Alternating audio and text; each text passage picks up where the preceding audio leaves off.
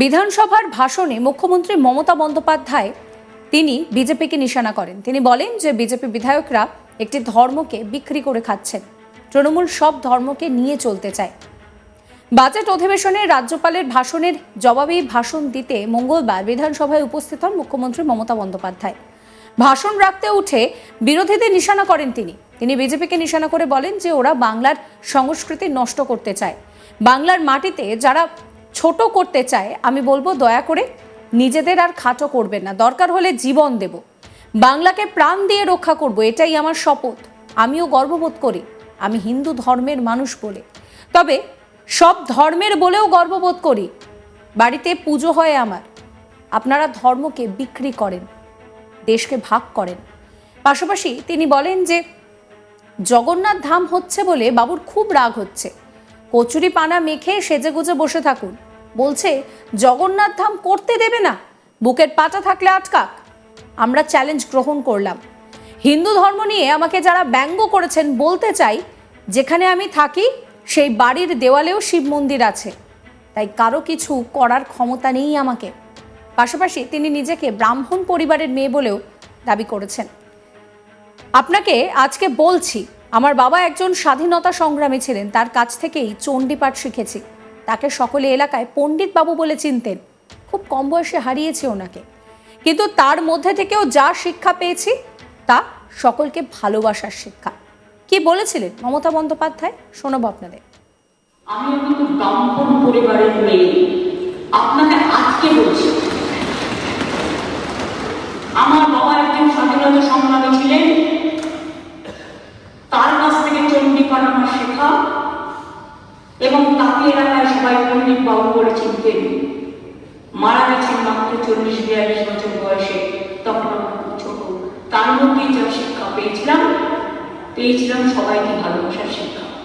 আমাকে বলেছে আমি হিন্দু ধর্মকে তাচ্ছিল্য করি আর আমি মুসলিম লীগ করি, আমাকে এই জীবনে এসেও শুনতে হবে।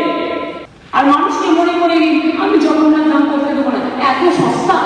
সাহস থাকলে বুকের পাটা থাকলে আটকাবেন, মনে রাখবেন আমরা চ্যালেঞ্জ অ্যাকসেপ্ট করেছি।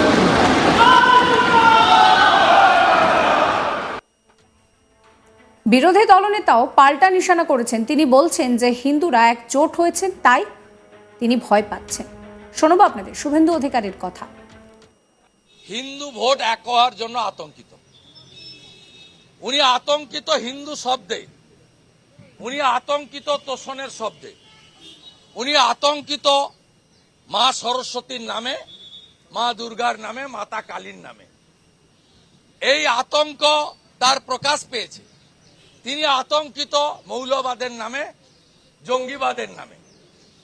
তিনি আতঙ্কিত মহাকুম্ভের পুণ্য স্নান এক হয়েছে হিন্দুস্তান, কুম্ভের গোটা পৃথিবীর সনাতনীদের পবিত্র সঙ্গমে পুণ্য স্নান এবং তাকে কেন্দ্র করে যে গোটা পৃথিবীর হিন্দুরা অনেক দিন পরে ঐক্যবদ্ধ হয়েছে এবং উনার যে দলদাস আইপিএসরা আছে, নিচের তলার পুলিশ খুবই ভালো, তারা ডিএ পায় না, ছুটি পায় না, হোম ডিস্ট্রিক্টে পোস্টিং পায় না, তাদের রেশন বন্ধ করেছেন উনি এসে, ইউনিফর্ম বন্ধ করেছেন, উনার আগে নন গেজেটেড এবং পুলিশ অ্যাসোসিয়েশনের অধিকার কেড়ে নিয়েছেন।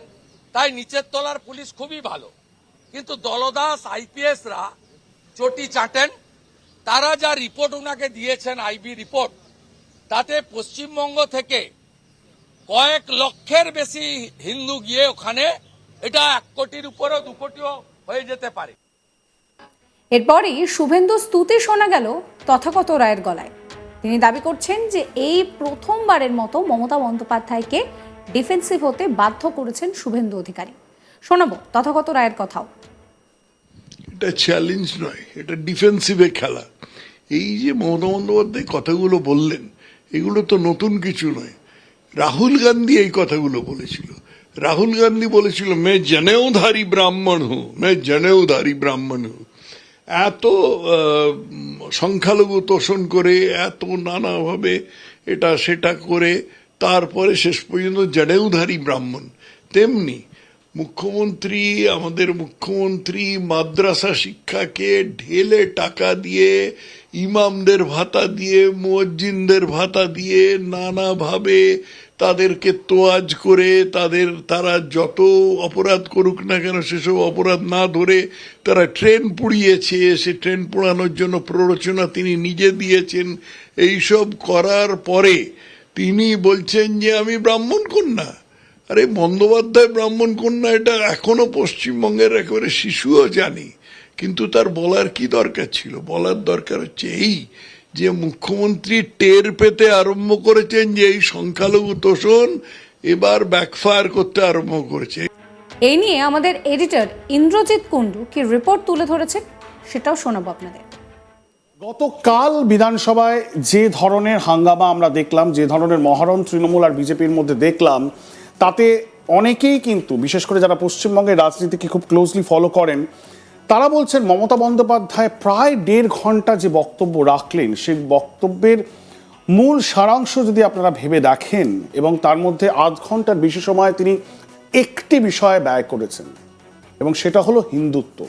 মমতা বন্দ্যোপাধ্যায় কাল বিধানসভার মাঝে বলেছেন তিনি ব্রাহ্মণ পরিবারের মেয়ে, এবং তার বিরুদ্ধে বিজেপি যে প্রচার প্রতি মুহূর্তে চালায় যে তিনি মুসলিম তোষণ করেন, কোথাও গিয়ে সেটাকে কাউন্টার করতে মমতা বন্দ্যোপাধ্যায় ছত্রে ছত্রে তার ভাষণের মধ্যে হিন্দু ধর্ম, হিন্দুত্ব ছিল।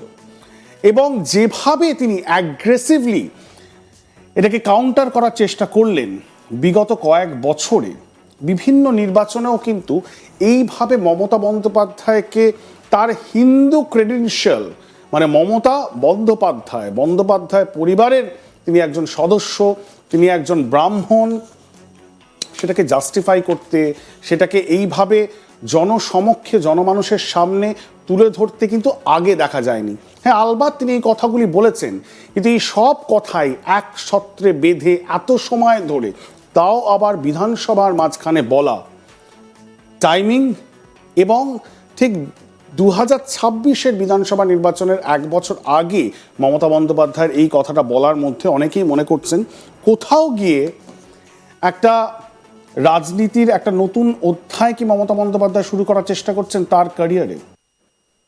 এবারে আসছে প্রশ্ন, তাহলে কি বিজেপির 5% ভোটের হিসেব মিলবে না 2026-এর বিধানসভা নির্বাচনে? প্রসঙ্গত শুভেন্দু অধিকারীকে প্রায় বলতে শোনা যায় যে আমরা 2,33,00,000 ভোট পেয়েছি, 39% ভোট পেয়ে বিরোধী দলের মর্যাদা পেয়েছি, আর 5 থেকে 6% ভোট পেলেই আমরা সরকার গড়ব। তবে মুখ্যমন্ত্রী যেভাবে হিন্দু প্রসঙ্গ টানছেন, নিজেকে ব্রাহ্মণ কন্যা বলছেন, তাতে করে রাজনৈতিক বিশেষজ্ঞরা মনে করছেন যে বিজেপির বলা ভালো শুভেন্দুর আশার যে 5% হিন্দু ভোটটাও নিজের দিকেই টেনে রাখতে চাইছেন মুখ্যমন্ত্রী মমতা বন্দ্যোপাধ্যায়। এই ভিডিও সম্পর্কে আপনাদের মতামত জানাবেন। সমস্ত খবরের আপডেটের জন্য সাবস্ক্রাইব করতে ভুলবেন না আজ তাক বাংলার ইউটিউব চ্যানেলকে, ফলো করবেন আজ তাক বাংলার হোয়াটসঅ্যাপ চ্যানেলও।